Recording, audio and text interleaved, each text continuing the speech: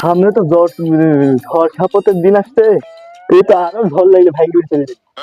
খুব তাড়াতাড়ি ঠিক করলে লাগবে। মামা তুমি কি করো?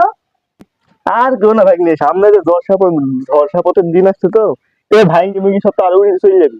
ওই জন্য ঠিক করা চিন্তা ভাবনা লিখছি। মামা আমরা তো ভাঙ্গা বাড়ি থাকি, তো তুমি একটু বড় হতে পারো নাই? সুন্দর পাঁচতলা বিল্ডিংয়ে থাকবো, দুই মা ভাই নিয়ে একটু আরামস থাকবো। ভাঙ্গা বাড়ি তো আর ভালো লাগে না মামা। ওরে ভাগ্নে, অত আশা করা ঠিক না। আল্লাহ যেটুকু দিছে ওইটুকুটাই সন্তুষ্ট থাকা উচিত।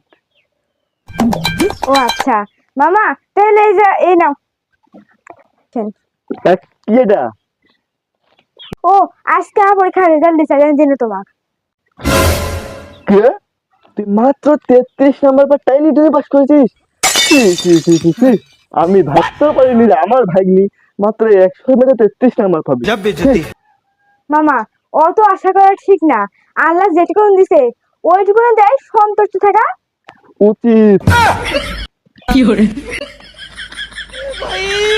मारो मुझे मारो मारो মামা। তাহলে তুমি সন্তুষ্ট থাকো। मजाक हो रहा है एक सेकंड यार मजाक हो रहा है